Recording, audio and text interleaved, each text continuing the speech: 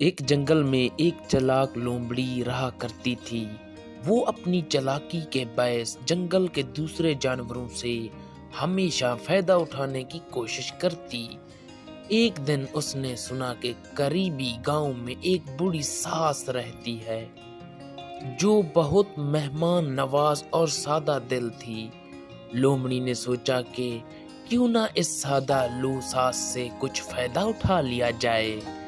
لومڑی گاؤں پہنچی اور ساس کے دروازے پر دستک دی۔ جیسے ہی ساس نے دروازہ کھولا، لومڑی نے عاجزی سے کہا، ماں جی، میں ایک مسافر ہوں، بھوکی پیاسی ہوں، اگر کچھ کھانے کو مل جائے تو بڑی مہربانی ہوگی۔ ساس ایک رحم دل عورت تھی۔ اس نے فوراً لومڑی کو گھر کے اندر بٹھایا اور گرم گرم روٹی اور سالن پیش کیا۔ لومڑی نے مزے سے کھایا اور سوچا کہ اگر روز ایسا کھانا ملے تو کیا ہی بات ہو۔ اس نے چلاکی سے کہا، ماں جی، آپ بہت نیک دل ہیں، میں سوچ رہی ہوں کہ اگر میں کچھ دن جہاں رک جاؤں تو آپ کی خدمت بھی کر سکوں گی اور آپ کا ساتھ بھی دے سکوں گی۔ ساس خوش ہو گئی اور اسے اپنے گھر میں رکھ لیا۔ لومڑی روز خوب کھاتی پیتی اور آرام کرتی مگر کام نہ کرتی۔ کچھ دن بعد ساس کو احساس ہوا کہ یہ مہمان دراصل ایک چلاک دھوکے باز ہے۔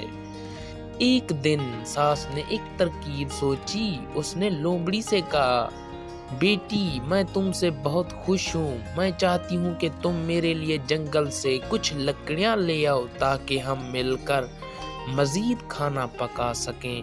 لومڑی سوچنے لگی، اگر انکار کیا تو ساس کو شک ہو جائے گا۔ چنانچہ وہ لکڑیاں لینے جنگل کی طرف روانہ ہو گئی۔ جیسے ہی جنگل میں پہنچی، ساس نے دروازہ اندر سے بند کر لیا۔ جب لومڑی واپس آئی تو دروازہ بند پایا۔ وہ چلائی، ساس ماں، دروازہ کھولو۔ ساس نے ہنستے ہوئے جواب دیا، لومڑی بیٹی، مہمان نوازی اپنی جگہ مگر سستی اور چلاک زیادہ دیر نہیں چلتی۔